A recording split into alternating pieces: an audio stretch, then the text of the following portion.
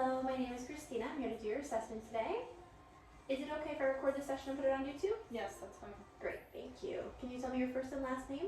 Amanda Caminisi, And your date of birth? March 16th, 92. Okay, and can you tell me today's date? Today is December 13th. It's a Monday. 2021. Okay, great. Are you having any issues today? No. Okay, then I'm going to get right to your musculoskeletal assessment. Okay. All right, perfect. So first I'm going to have you hold out your hands for me. And I'm going to take a look first. Your joints look symmetric, your fingers are symmetric, they are in proper normal position. The skin is pink, dry, and intact, no visible nodules or lesions. Now I'm going to take a feel first at your distal interphalanges, and then your proximal interphalanges, and your metacarpal phalanges. And we're not feeling on either side bilaterally, no nodules, masses, lumps, bumps, no tenderness, no swollen joints, anything like that. So now we're going to test your range of motion. I'm going to have you make a fist with both hands. These are flexing the fingers. Now we're going to have you extend the fingers. Very good. Full range of motion bilaterally. Now I'm going to have you squeeze your fingers together. Adduction and then abduction, separating them. Perfect. Full range of motion, no pain with any of these movements, right? No. Perfect. Okay. So now we're going to move on to your wrists. And first I'm going to take a look at them. They are both symmetric. No edema, no swollen joints, no visible nodules. Now we're going to palpate, take a feel. Again, no nodules, no pain or anything like that. Skin intact, no lesions. Now to test this range of motion, I'm going to have you flex both of your wrists down, then extend them both up. Beautiful. Full range of motion, no pain. I'm going to have you twist them in towards the center and then out. Perfect. Again, full range of motion, no pain. And if you could rotate them both. And then the other direction. Oh. Very good. if I held your hands, you would be able to do Yeah. both directions. Okay, good. Now we're going to do two tests. One is called Tinel's signs. I'm going to have you, again, flex both of your wrists down. Good. And if you just want to let your hands lay open, you can do one at a time. So we're going to test her right hand Tinel sign first. So we're just going to tap right here. Any sensation? A little bit. So if it was a positive Tinel sign, you would have a tingling going to your index finger, thumb, and lateral ring finger, and that would be a sign of nerve compression. Oh. So no tingling or No, anything like no. that, right? Okay, good. So your right hand is fine.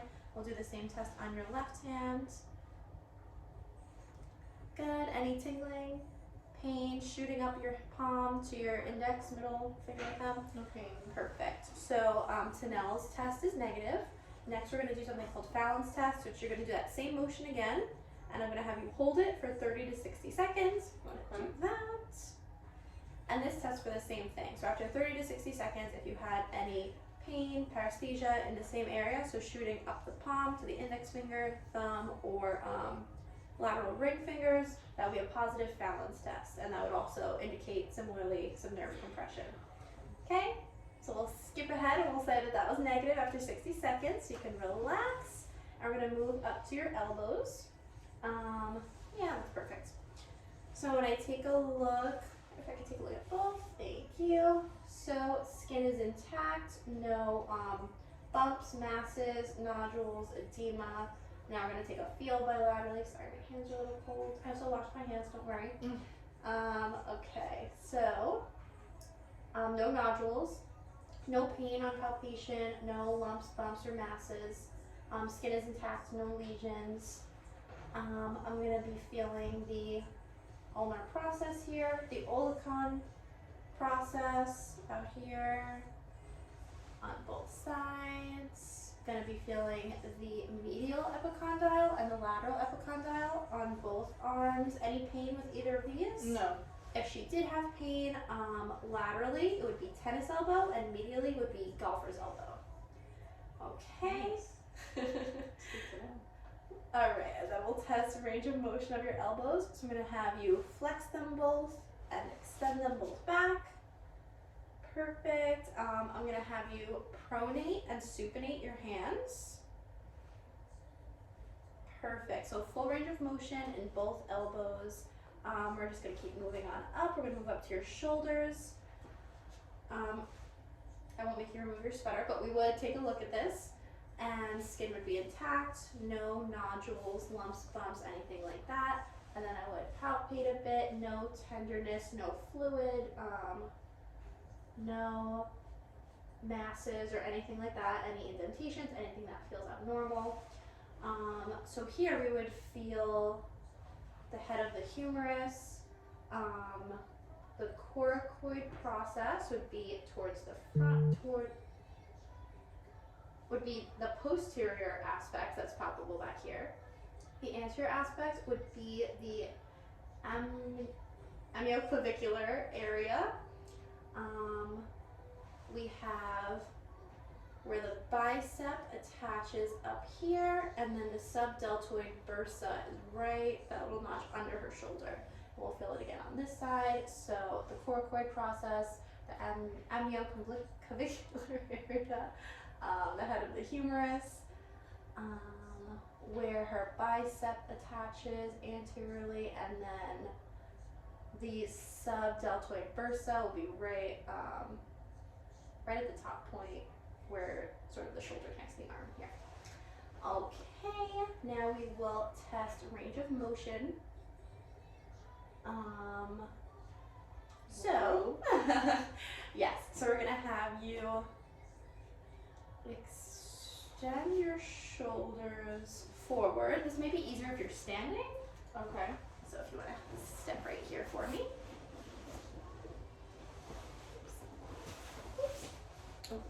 You're good. Okay, so we're gonna have, Oops, a little bit.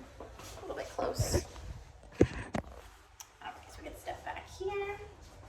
So we're gonna have you extend your shoulders forward and flex them to the back. We're gonna have you abduct your shoulders up like this. Then we're gonna have you so we're gonna have you abduct them towards the midline. Good. I'll have you do the other arm. Perfect. Okay, full range of motion there. Now we're going to test your intrinsic and extrinsic shoulder. So we're going to have you do intrinsic by putting both of your hands on the small of your back. Good. Any pain or tenderness? No. Good. And then we're going to do extrinsic by having you put your hands behind your head. Perfect. Okay, and you can relax. And now we're going to do something called the spilling cans test. So I'm going to have you extend your arms out to the side and pretend you're holding hands, and then spill them on the floor and Okay. So if you could hold them down, keep them there, and then I'm gonna push. Don't let me push your arms down. Good. So this test is negative if I was causing her pain, if she couldn't hold her arms up. It would indicate possible rotator cuff tears. Okay. So now you can have a seat. We're gonna move on to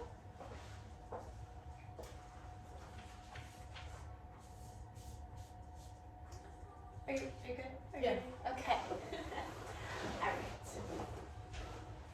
So we're gonna move on to your head and neck. Okay. So freshly washed hands. Sorry if they're a little cold. I'm gonna make sure we can see.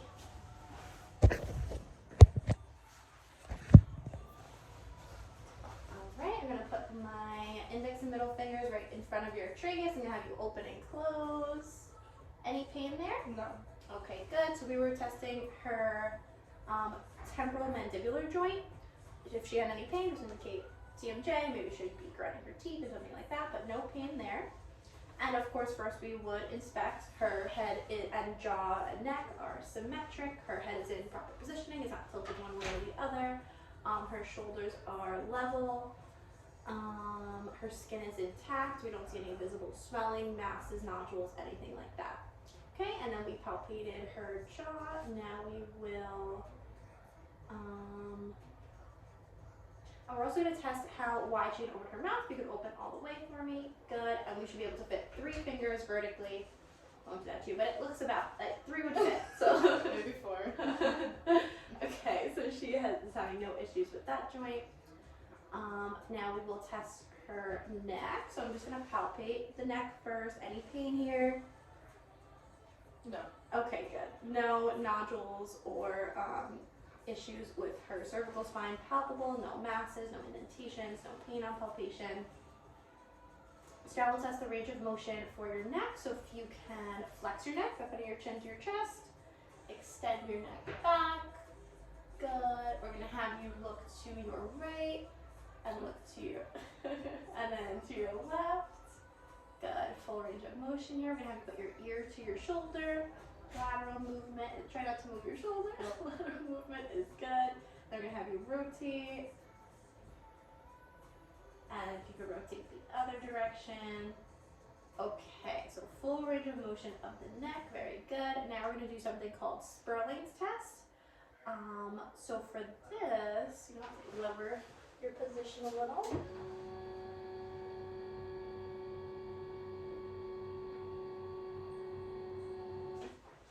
Okay, and I'm gonna have you tilt your head towards the right, towards me, just kind of a 45-degree, perfect. And then I would stand behind her, put one hand on her shoulder, one hand on the top of her head, and push forcefully straight down. And if this caused her pain, this would indicate compression fractures in her neck, and you wouldn't want to do this test obviously in someone who's frail, who is elderly, or anyone with any possible spinal head injuries. And then I'm going to do it on the other side. Sperling's test again. You're going to tilt. I'm going to put my hands on the top of her head and forcefully push down. No pain there. No. Okay. So now we can just keep moving. Let's move on to your hips. So if they were exposed, we would visualize them. There would be no nodules, masses, swelling, anything like that going on. And then we would palpate her anterior iliac spine. Don't mind my hands here, just pressing. Good. And then if you want to swing your leg over the edge here, then we would palpate her posterior iliac spine, where her sacrum reaches her ilium. Any pain here? No. Perfect. Okay. And her the process of her femur that extends out on the side, on both sides. No pain, no nodules noted with any of this palpation. And then we would test her range of motion. So, if you can stand for me, and then we're good. Yeah, you back up a little bit.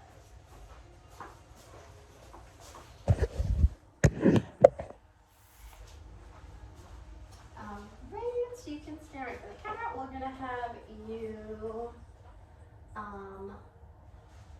extend your hip forward and flex it backwards, and then abduct it. So we're gonna pick it up to the side and then abduct it. So bring it back across this way. Good. Okay. So her right hip has full range of motion. Her left hip, we're gonna extend, flex. It's a little hard to see. Let me tilt it down a little. So in the front. Okay, extend, and then we're gonna flex to the back. We're gonna abduct, good, and adduct across the midline. Okay, and of course the adduction is gonna be more difficult than abduction. Yeah. But she has full range of motion of her hip. Okay, so you can hop back up here. We're gonna do something called Tanner's test. Okay. And I'll tell you what that is. So I'm gonna lay your bed down flat.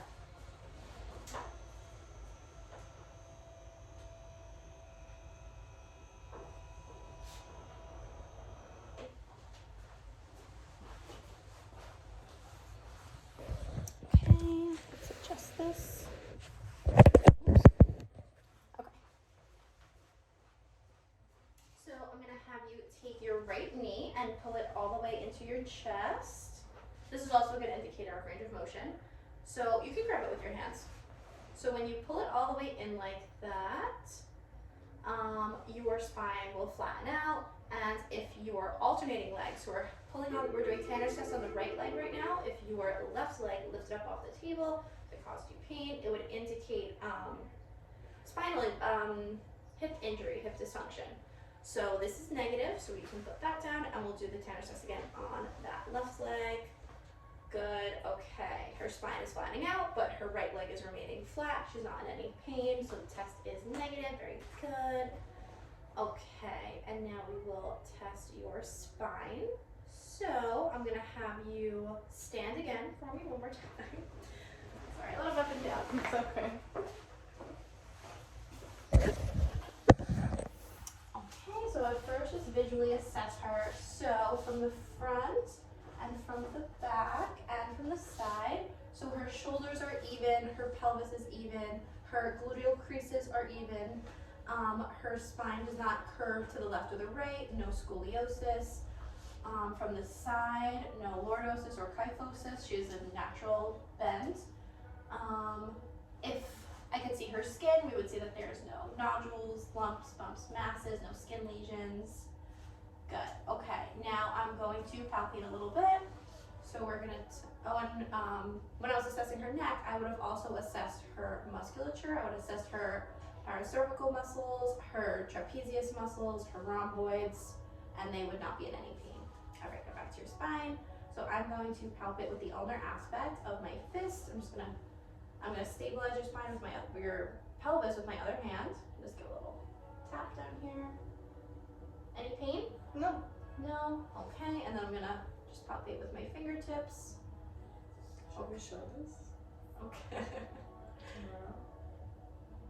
Sorry? Should I turn around so we can see? Oh, sure. Good idea. Okay.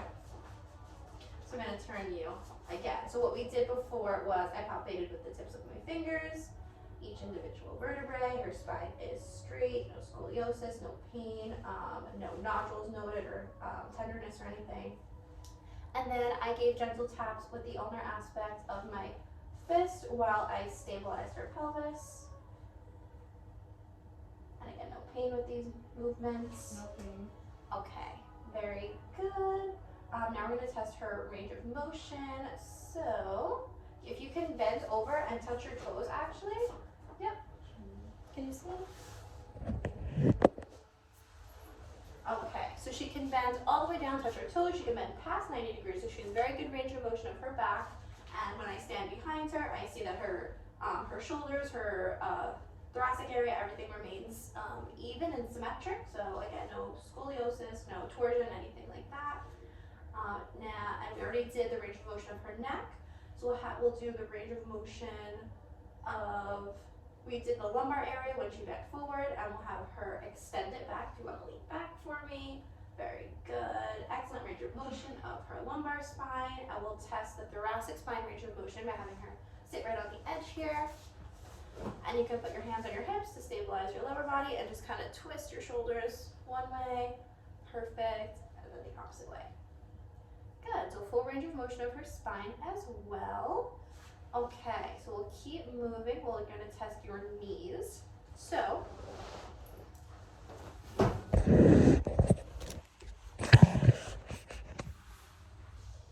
can't see it.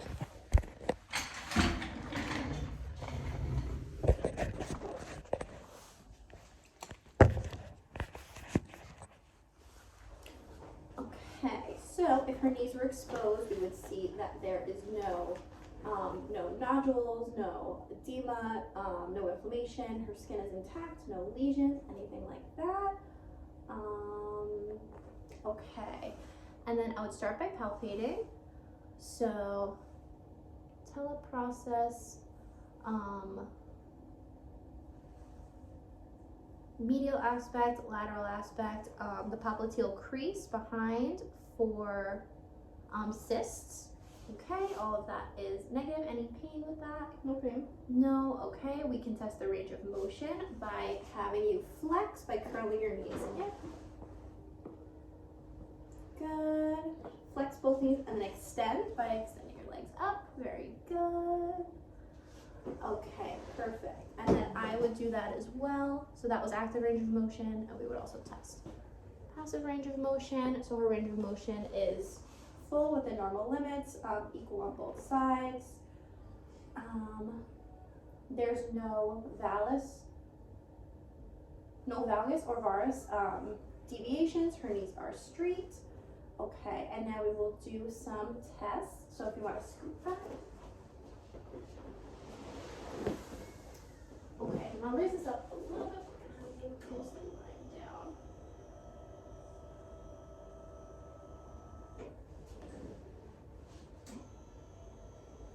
Sorry, I'll leave that a little flatter. And then here's a pillow if you need. Oh, thank you. Okay.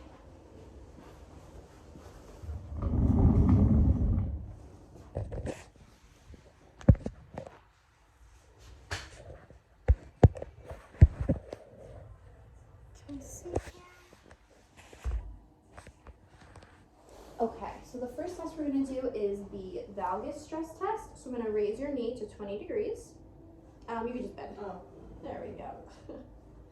Okay, and now I'm going to put one hand above your knee, one hand below, and push medially. This is valgus.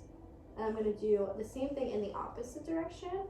This is varus. So valgus is testing your MCL, and varus is testing your LCL.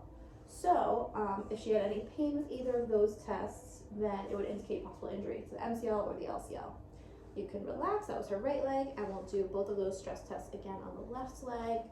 So one hand above on the femur, one hand below on tibia, and we're gonna push medially, valgus, push laterally, varus. No pain on either of those. MCL, LCL intact, you can relax. We're gonna do Latchman's test. So I'm gonna raise her right leg again.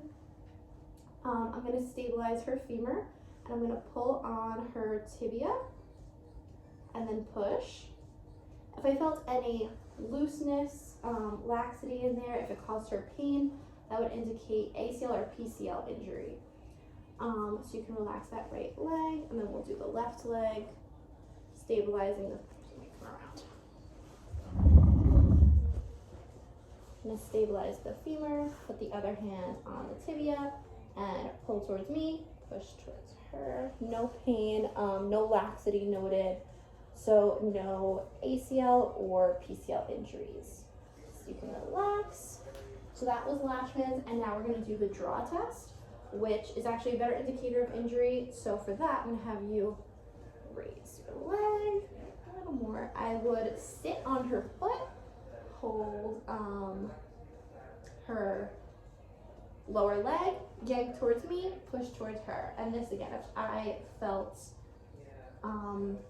laxity in anywhere in this knee area, if it caused her a lot of pain, ACL or PCL injury. So right leg is good. We'll do it again on the left leg.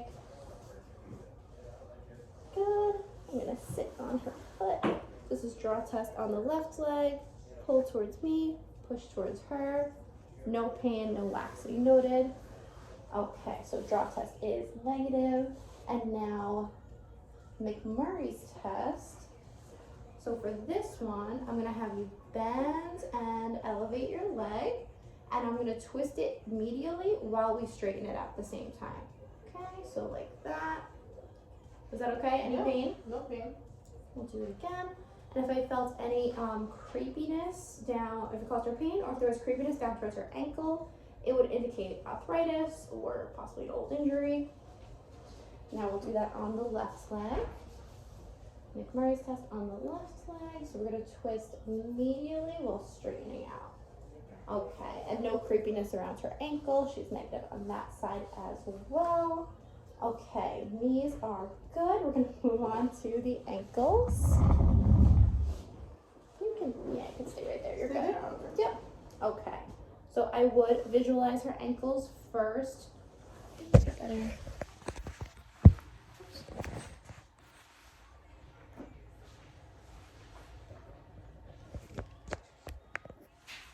Okay, so I would visualize her ankles, no nodules, no swelling, they're symmetric. And then I would take a feel.